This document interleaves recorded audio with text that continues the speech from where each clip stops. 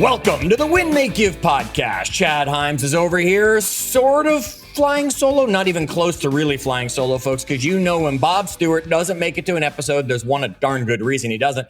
And two, I always bring powerful guests. Now, I've gone above and beyond that, folks, because I'm going to bring more than one powerful guest to today's call. Yet before I bring them on the line and get into the conversation with them, I want to remind you to always check out what's going on at winmakegive.com. We are not the only show. We're just the flagship show in the Win, Make, Give network. We have found some amazing people with some amazing topics that we have brought under our umbrella because we know they matter to you. And we want to share them with you. So check out winmakegive.com where you can find links to all of the podcasts in our Win, Make, Give network. Yet now it's time to focus on what we're here for today. And folks, I think this is going to be a fantastic episode where we are going to answer some of those challenges that you're facing. Because I am bringing on, well, forget it. I'm going to let them introduce themselves, see them, and we're going to figure out who wears the pants in this family right away by who takes the lead, I'm guessing, on this conversation. I want to welcome to the Win, Make, Give podcast. It's Eric and Kari Roberge. Welcome to the Win, Make, Give podcast, guys. Thanks, Chad. Happy to be here. Yeah, thanks for having us. Happy to have you both here. Look, we don't read bios. We get beautiful bios. People have ChatGPT write them, or they take days to perfect their bio and they send them to us, and then we don't read them. We want you to introduce yourself to our audience as you see fit. So, Eric, Cal, however you want to take it away, you guys, introduce yourself to our gang. All right. Well, we are a married couple now for, 7 years, and I've owned my business since 2013. And Kaylee owned a business before we got married in 2018, and we joined forces at that time because we had similar businesses. She was in marketing, I was in financial planning, and we now work as a team. Yep, I am in the business kind of as the person. I really like this analogy that Eric came up with for me.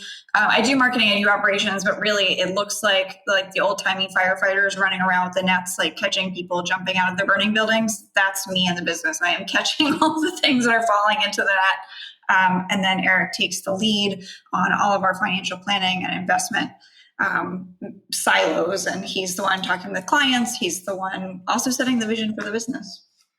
Okay. And I mean, it's a powerful team to put together there because then we get one of you who's the face of the business. One of you, I mean, you're both, pretty to look at.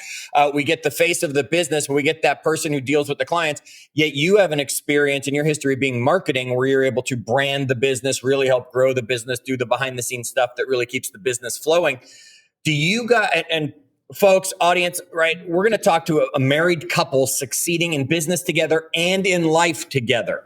So we know that a lot of you have that challenge. A lot of you have your spouse partner in the business with you. Or sometimes it's you just bring business home. They feel like they're in the business with you.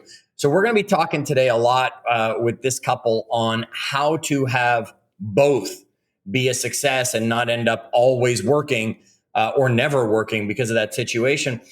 Let me ask this, and when it starts, do you have clear defined roles that this is a you job, this is a me job? Whoever wants to take that. Yeah, absolutely. And I would say that is probably the number one rule, secret to success, whatever you want to say, to doing things well is to make sure that everyone does have a clearly defined role and those roles don't overlap. That's a good system that we've set up for ourselves to make sure that I am responsible for X, Eric is responsible for Y, and whatever those things are in our, buckets, we get the final say on that. We have an ultimate authority over those tasks so that we know where to defer to one another and we know where, the buck stops here. This is my responsibility. This is my decision, and I'm going to make it clearly. Okay. Eric, you want to add something to that? Yeah, I mean, listen, when we first joined forces, I was scared that we were taking two separate, independent, successful income streams and combining them into one, cannibalizing one in the meantime, and that the business would fail and we both crash. That was my biggest fear in this. And we didn't necessarily know where the lines were when we started. It wasn't like we had these lines divided and said, all right, you're perfect here, I'm perfect there, let's join forces. It was a work in the making in the beginning, we talked business, we talked personal, all over the place. Like it was just 24 hours a day. It was just not really separated. Yeah, no structure, which was not good. And now we know our roles. Like Kaylee said, those are defined. We also know when to talk about what and when not to say something about business when it's going to really impact the other person's well-being. Because, one person shuts off, the other person's still on, and then nobody ever shuts off. Or the other way around, when it's not appropriate to bring up, something that occurred personally. And if we have a tiff and Eric's got to go into a meeting, trying to duke it out up to the last minute is not an effective way to set him up for a good meeting with the client. So we've had to, like Eric said, you're right, we had to really work on creating a structure and drawing boundaries and making sure to clearly communicate that. And it's something that's evolved over time. It was definitely not out of the box, hey, this is a good situation. We had to, mess it up a couple times to really learn. That, and everybody does, right? And that's the difference. We don't fail. We just learn so that we can get better at it. You said, Kayla, the X, right? You do X, he does Y. What happens when Z shows up? Are we both fighting over getting it done? Do we both run away from it and say, Z's there, your problem? What happens when something shows up that doesn't fit into one of your clearly defined roles in that situation? Because we know it's always going to happen. We have a standing meeting on the calendar every Friday where we come together and look at things that have come up over the week. We look out ahead, like what's coming up, and see what we can plan for. So if something comes up that just doesn't fit easily into the system, I think the first thing it does is goes into that meeting and we talk about it. We talk through it and talk about what is this that's going on? What are the challenges with it? And then who is best equipped to deal with it? Because we have different strengths, which I think that's part of what makes us successfully set up to work together, is that I'm good at some things, Eric is good at others, and there's some overlap, but it's also very broad. Like we kind of make a 360-degree view because each of us has 180 and we're looking in opposite directions. So I think that's the first step of just looking at, all right, is there something here that plays to one of our strengths better than the other person's? Or is there someone at this moment, because nothing's ever perfectly 50-50. Sometimes Eric has 75 and I've got 25. And in a case like that, even though maybe I'm better equipped on paper to deal with it, Eric takes it because he's got more capacity, he has more energy for it, or the other way around. So I think that's the first step. And then the second step, and Eric, I don't know if you want to jump in, would be delegating. Like that's something that we're increasingly doing as the business is growing. Yeah, I think so. There's two things here. One is the overlap of personal and business, and I would say like very high level. If it's a conversation about personal or business taxes, if it's a conversation about revenues or investment management or something like that, I'm going to be the one. If it's a marketing conversation, if it's a delicate written communication conversation, if it's something personal about like our daughter's school, Kaylee is going to be the front runner there. And then we support each other in those things. So when it comes to what color the house is going to be painted, that's Kaylee. No, that's neither one of us. That's a delegate. Right? Outsource that, please. Let's hire the interior decorator. Got it. All right. We'll let them take care of it when it comes to it. Kaylee, I really loved you said we get a 360-degree view because we're both standing back to back with that 180-degree view of it, which is such a great visual, having each other's back, being back to back, nothing's sneaking up, nothing's coming at you guys from an angle someone's not looking at. We're so often, we stand side by side and we both have the same 180-degree view, not paying attention to what's behind us. Whether you meant it or not, that visual and that concept right there just was a huge takeaway for me for what you shared. Audience, I hope you heard it that same way too, because, well, for solo, we're just spinning in a circle all day, attempting to see every angle. When you have a partner like Kaylee has Eric and he has her, are you standing back to back to make sure you're covering all angles of attack to protect yourselves? I think it is great. I'm going to ask a personal question. How many times has the business and or the marriage failed because we crossed that line and it got a little too much? The personal got into the business, or the business didn't stay out of coming home from something that happened. How often has that happened for you guys? Is it a regular occurrence that now you finally figured out? we've been blessed and it never has really crossed the line. I wouldn't believe that if you said that to me. Yet how often have you had big enough issues that make that line blurry? It was a big blur earlier on in our relationship, in our business relationship, where we were the only two people in the business and the only two people in our family. So everything was within us and we had to deal with everything, and we weren't good at separating the two. So it was just again, 24-hour conversation that, whatever topic came up, and we just dealt with it at the time, which meant we were less productive in each category. These days, we have several people in the business that we can delegate to. We have our 3.5-year-old who obviously leads the way and tells us what to do. And we've gotten a lot of practice there. And she will be on next week's episode, right? We'll be interviewing her to get the real story behind what's going on in the household. Folks, I want you to hear what Eric is saying. Right at first, the line was really blurry as the business grew and you pushed through and survived. And I want to hear about some of the things you did to do that, yet not necessarily grow the business. I just mean survive that tension between you. It's become clearer and clearer of a line because you have people to delegate to. You have now defined roles of I'm X, you're Y, and all of that has come on. Kaylee, how have you purposefully made the relationship work even when the lines were blurry with everything at the beginning of any sort of relationship, as it always will be? I think just constantly working on each of us independently and also together on increasing our self-awareness, which I don't know if that sounds kind of woo-woo or cheesy, but what I mean by that in a tangible way, as one example, we both took the DISC assessment. And we realized that both of us, for the D, the dominance, was off the charts for both of us, which is it didn't change anything. And it didn't, give us a game plan of all right, here's how to navigate that. But just the awareness of aha, this is why, maybe part of the reason why we lock horns and we're like those rams that you see down a mountain, where they just, they can't untangle and they just won't let something go. That's how it felt early on. And when we would disagree, we would get just locked in and neither one of us would give any ground. But doing something like the DISC assessment, like I said, it didn't magically change anything overnight, but it was one way of becoming aware of okay, this might be why this happens.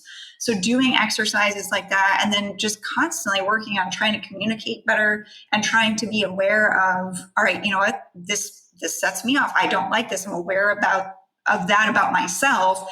What can I do to set a boundary, or what can I do to communicate proactively so that we don't get into this spot again? Because I know this is something that I don't do well with and I need help with, actually. So it's not in telling the other person to tiptoe around, but it's more hey, I'm struggling with this. This is where I can use your support. This is where I think it might help.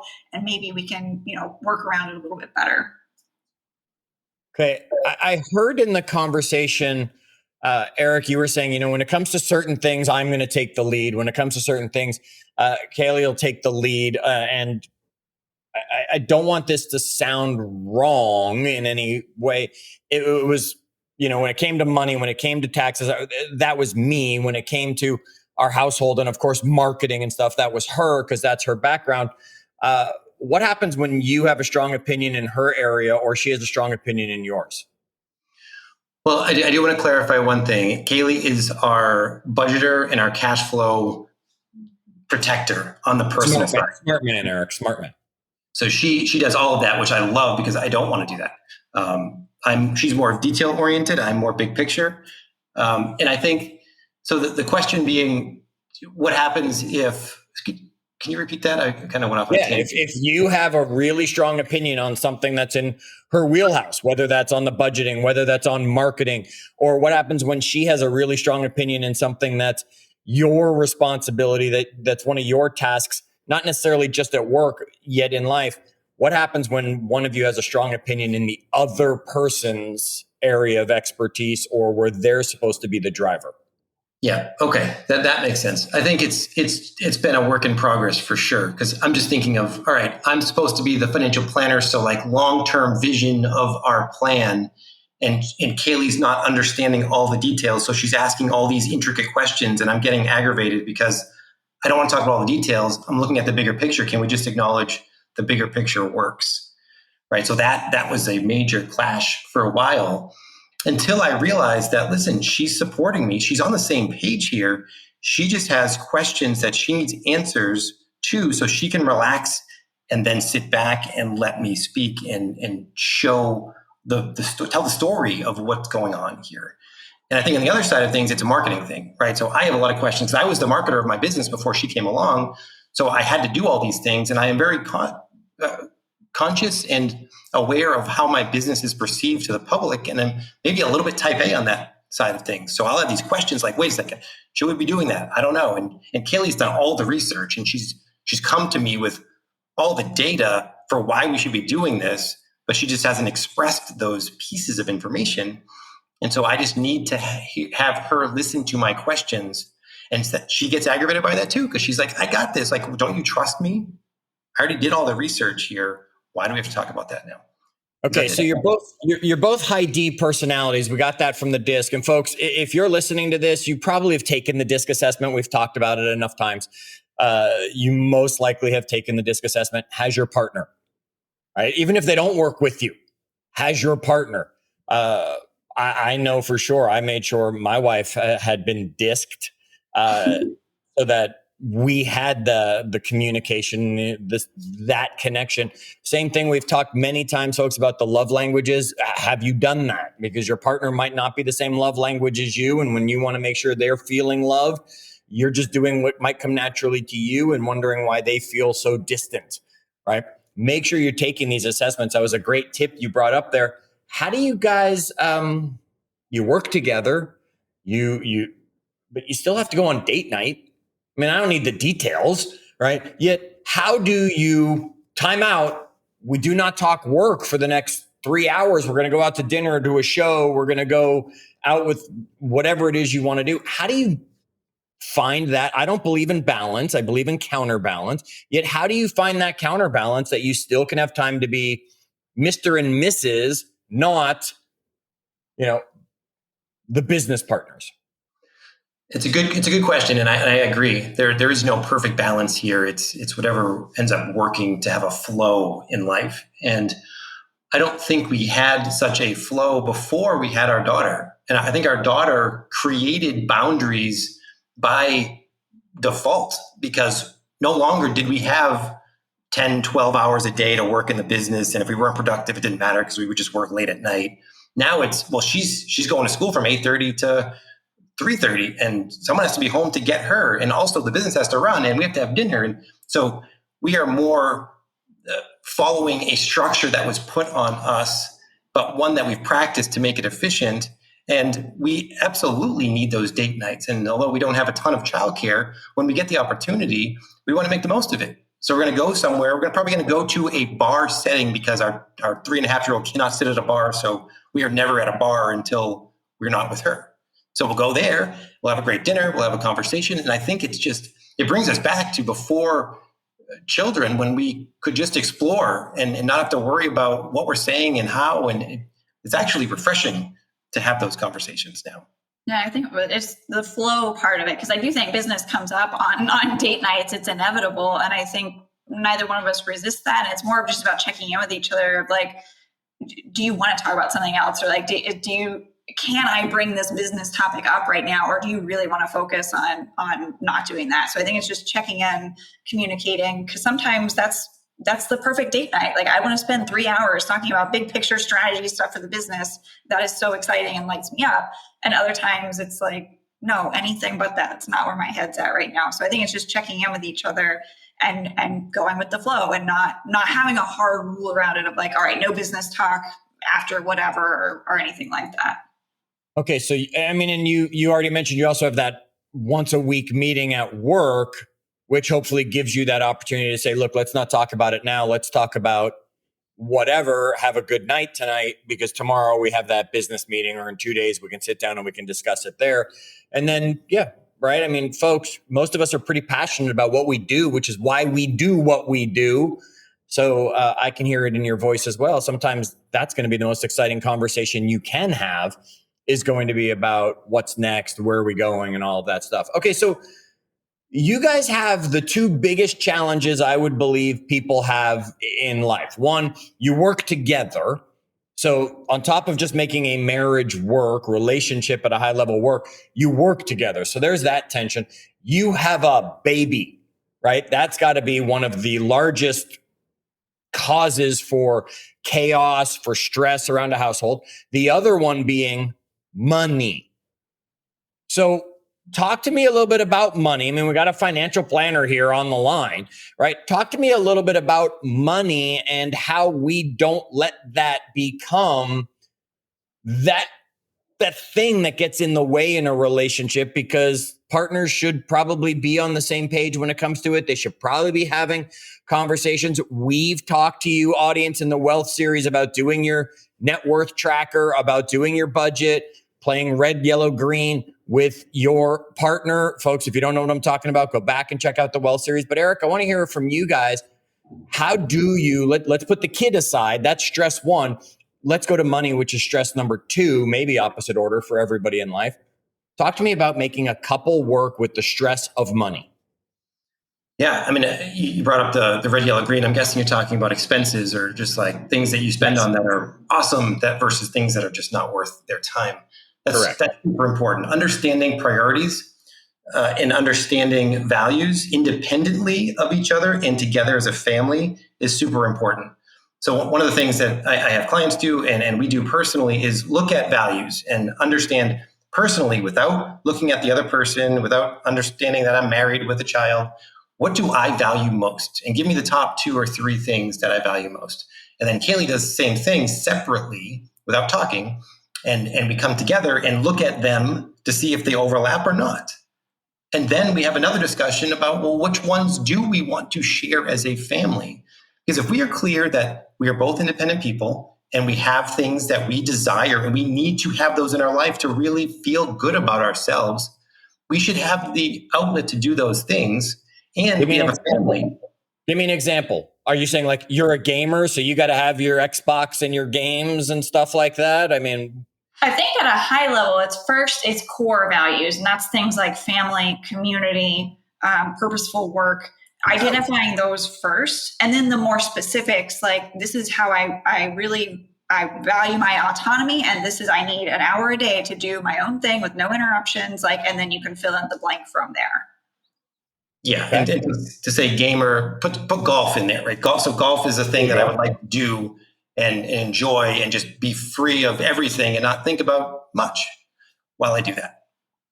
So your budget for your golf expense so that you're not necessarily golfing every day because there's a limit to how many rounds you can go play for, or if you need new clubs, things like that. I mean, that's a conversation you're having together to make sure you're not just buying what you want and spending the money before it comes into the household first. Correct. And I think you brought up something there that's important, I think, for business owners generally. If a lot of times you have your salary that you pay yourself in the business, and then you'll have your quarterly distributions that you get from the business. And for us, our salary doesn't cover our quarterly spending and savings goals. So every quarter we sit down to say, all right, what's the profit that we're taking out of the business this quarter, and projecting the next 3 months and saying, all right, we've covered our bases, our needs here. We've got a couple of wants. And then there's some extras that we might want to do, like buy golf clubs. And it's going to cost me $2,000 to get fitted and buy golf clubs. So I'd like to have that. Is that okay? And we look at the budget and it works. Great. If not, then we're not going to do it. We're going to postpone until next time. We don't need to overspend just because we feel we need something in the moment. And those distribution meetings, you could have it monthly, you could have it quarterly. We do it quarterly because of the business distributions, but they'll last 2 or 3 hours. And we have an order of operations that we go through as far as like savings is first. What are we saving? Taxes is next. And then kind of our fixed expenses and everything from there. But Chad, does it make an acronym? We love acronyms. Does it make an acronym? Oh, no, it doesn't. Savings and taxes and expenses. So I got STE. What other letters are coming? Can we make a word out of this? The thing that came to mind was stew, because like once comes after that. Okay, there you go. Stew, folks. Sit down and stew with your partner over this stuff. There you go. Right now, you guys can have that. Turn it into your marketing as you're teaching your clients that stuff. Right? It's savings, taxes, expenses, and then wants as you guys are sitting down and putting that together. Yeah, thank you for that. I appreciate that. I'll have to use it in our next bit. It's all yours. You can have that one. I'll give you that acronym. Okay, let me ask a question because I believe this is true in most couples. Who's the saver and who's the hoarder? Or who's the spender and who's the saver? Well, saver and hoarder is probably more accurate. Like one of us hoards money, one of us saves it. But I think we're both on the saving side, I think. And although it has shifted over time, where I definitely, when we started the relationship, I was coming from a place of like scarcity and fear, really, but I was constantly afraid of, I don't know what it was, but something was going to happen where I could never make another dollar, for the rest of my life. So I needed to save so that I could protect myself against that. But that has I've let that go a lot. That has shifted. And I am now a little bit more relaxed about it. It helps that we did save aggressively for, a decade, so that we have a little bit of, net worth behind us to back us up. That gives us some comfort, or me some comfort. But I think we're both still very much on the saving side. And I've relaxed. I have come down to a more, more realistic place with it, where I'm not making financial decisions out of fear so much. I'm more interested in, abundance kind of mindset and positive, I think more positive thinking rather than negative thinking. And so to put that in real life, it used to be, well, if we're not saving 40% of our income, we're in trouble, Kaylee would say. Yeah. And at this stage, we can reduce that savings and say, all right, there's some value in the business that we're building. So we got to trust that the business is going to work.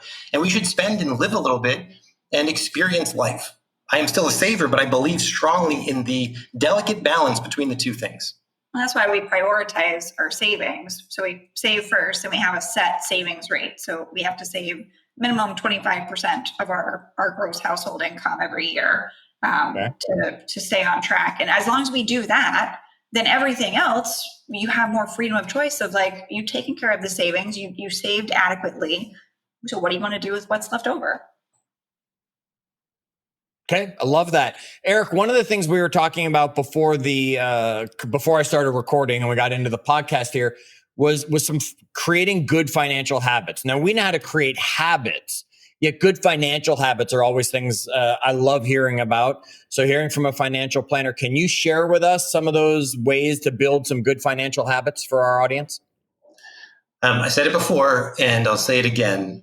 Getting grounded in what you really value and what's important to you, and ranking those things and applying them to the goals that you have. For example, big goals like buying a house or buying a bigger house, going on trips, buying an expensive car, things that are all competing, saving for college and retiring.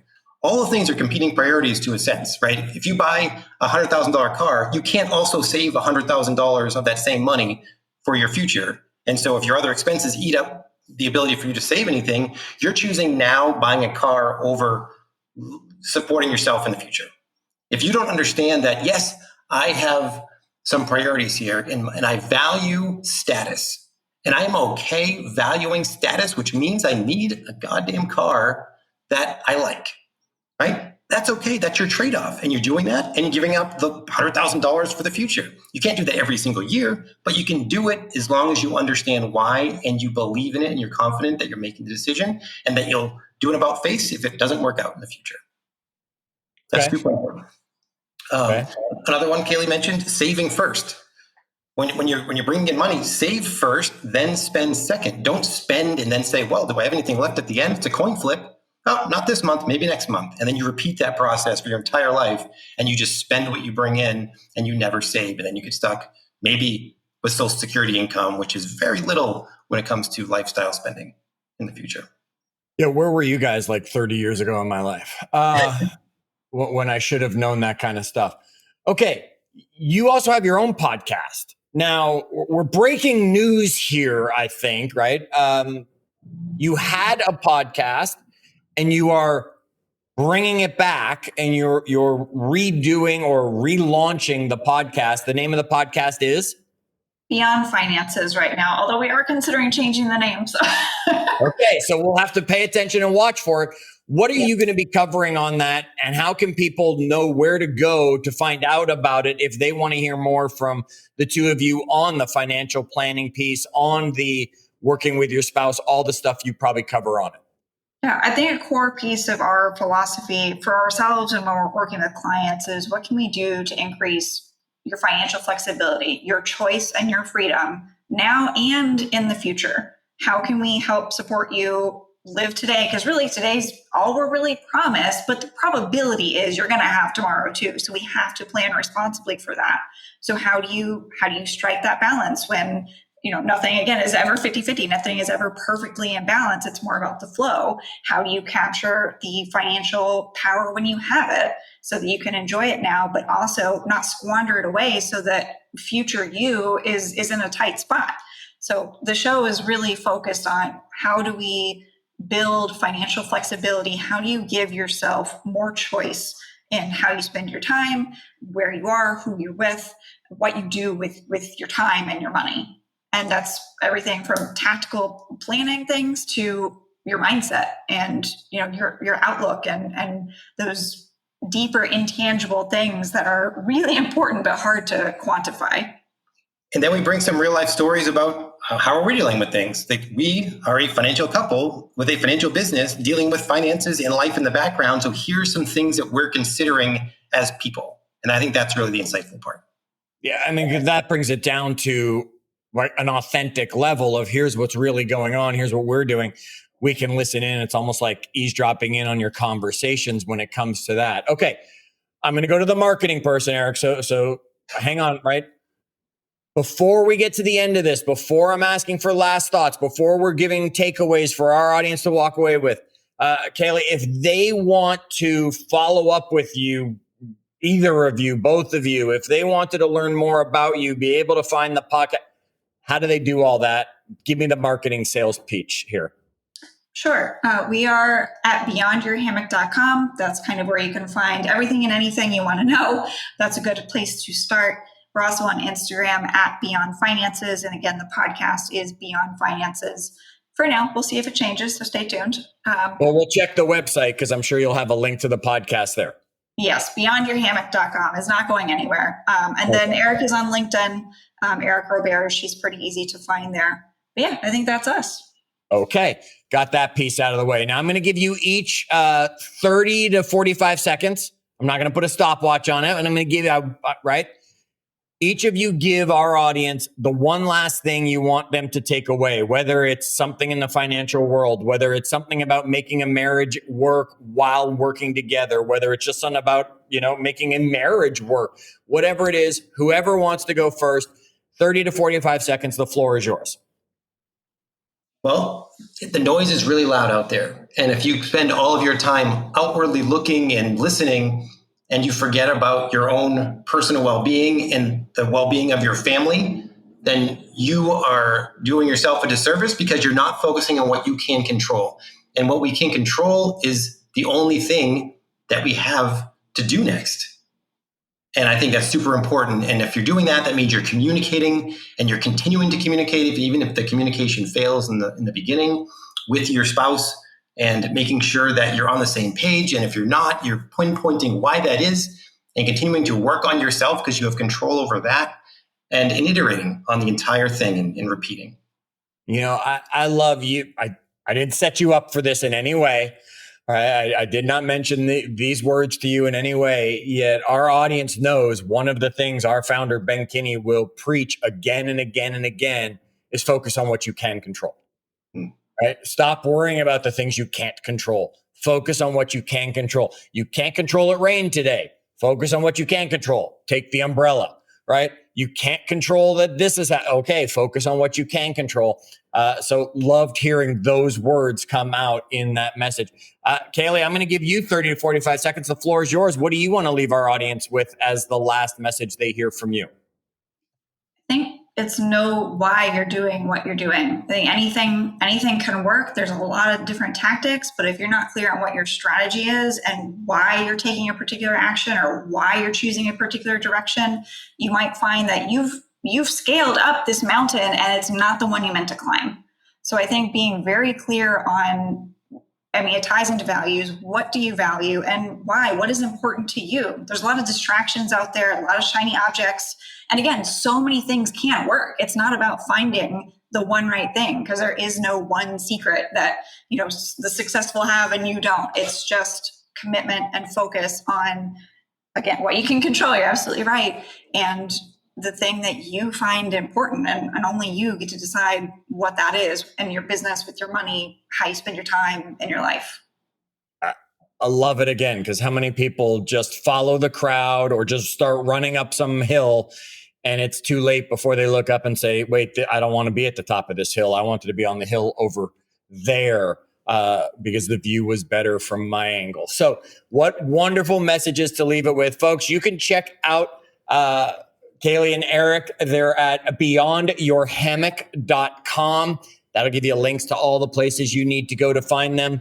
Folks, you know a couple out there that's working together that wasn't listening to this episode? Share it. They need to hear the lessons that we can learn from you guys. Thank you so much for taking the time in your relationship to share it with us to help make all of ours just that little bit better. And until our next episode, folks, as always, do good.